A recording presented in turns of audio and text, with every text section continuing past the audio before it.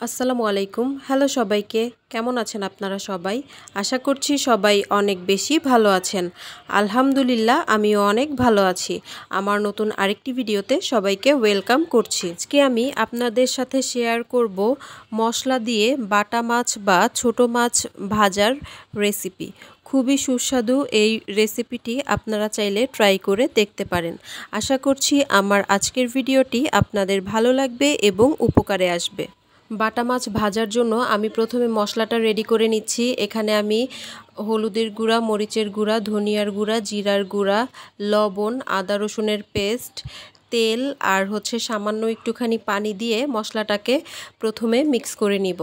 Directly গুঁড়া মশলা ব্যবহার করার চেয়ে এইভাবে যদি আপনারা মশলাটাকে একটু মিক্স করে নেন তাহলে কিন্তু অনেকটাই বাটা মশলার ফ্লেভার পাওয়া যায়, খেতে কিন্তু অনেক মজা হয়। আর এই তো মাছগুলোকে আমি এভাবে করে কেটে নিয়েছি যাতে মশলাগুলো ভেতরে ভালোভাবে ঢোকে। এরপর আমি মাছগুলোতে সব মশলা মাখিয়ে নিচ্ছি। মাছে মশলা মাখানো হয়ে গেলে এভাবে 1 ঘন্টা রেখে দিব। এতে করে মশলাটা ভালো করে ভিতরে ঢুকবে আর ভাজার পর খেতে কিন্তু বেশি মজা হবে। আর আপনারা চাইলে সাথে সাথে করতে পারেন, কিন্তু আমি সবসময় প্রেফার করি কিছুক্ষণ রেস্টে রেখে দেওয়া, এতে করে টেস্ট ভালো আসে। অনেকেই মনে করবেন হয়তো বা মাছ ভাজা এটা দেখার বা কী আছে, মাছ ভাজতে তো আমরা সবাই পারি, কিন্তু কিছু সিম্পল জিনিসই যদি আপনি একটু অন্যভাবে করার ট্রাই করেন তাহলে কিন্তু সেই সিম্পল জিনিসটাই অনেক খেতেও অনেক ভালো লাগে, দেখতেও অনেক ভালো লাগে। হ্যাঁ, পরিবেশন প্লাস আপনার করার ধরনটা যদি একটু ডিফারেন্ট হয় তাহলে কিন্তু সেই সিম্পল জিনিসটার সিম্পল থাকে না। আমরা চাইলেই যে কোনো সিম্পল জিনিসকেই স্পেশাল করতে পারি।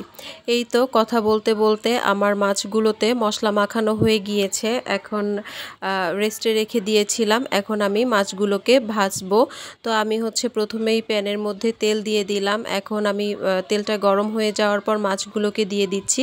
মাছগুলোকে অনেক সময় নিয়ে একদম ধিমি আঁচে ভাজতে হবে, লো আঁচে ভাজতে হবে। আপনারা যদি হাই হিটে ভাজেন তাহলে কিন্তু মাছটা অতটা টেস্ট হবে না। সময় নিয়ে করতে হবে। যে কোনো রান্নার ক্ষেত্রে আপনি যদি হাতে সময় নিয়ে অনেক ভালোভাবে কাজটা করেন তাহলে কিন্তু সেই জিনিসটার ফলাফল খুবই ভালো আসে। আর যদি আপনি খুব তাড়াহুড়া করে খুব অগোছালোভাবে কাজটা করেন তাহলে কিন্তু দেখবেন সেই রান্নাটা সেদিন ভালো হয় না। তো সব ক্ষেত্রেই এরকমই। এই তো মাছগুলোকে এভাবে উল্টে পাল্টে একটু একটু করে ভেজে নিতে হবে। আর মাছটাতে যে মশলাটা মাখিয়েছিলাম, মাছগুলো দিয়ে দেওয়ার পরে ওই মশলাগুলো যে রয়ে গিয়েছিল ওই মশলাগুলো আমি এখন মাছের উপরে দিয়ে দিচ্ছি। এখন এই মশলাগুলো আগে দিলে পুড়ে যেত, তাই আমি এখন দিচ্ছি। এখন এই মাছের সাথে মশলাটা ভাজা ভাজা হয়ে যাবে।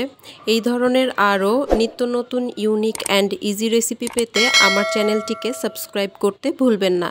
যারা কাজটি অলরেডি করে ফেলেছেন তাদেরকে অসংখ্য ধন্যবাদ। ভিডিওটি ভালো লাগলে ভিডিওতে একটি লাইক, কমেন্ট এবং শেয়ার করতে ভুলবেন না। আপনাদের একটি লাইক, কমেন্ট এবং শেয়ার আমাকে নতুন নতুন আরও অনেক ভিডিও করার উৎসাহ যোগায়। রান্নার এই পর্যায়ে আমি এখন মাছের উপর দিয়ে কিছু পেঁয়াজ কুচি আর মরিচ ফালি করা আছে সেগুলো দিয়ে দিচ্ছি, ছিটিয়ে দিতে হবে।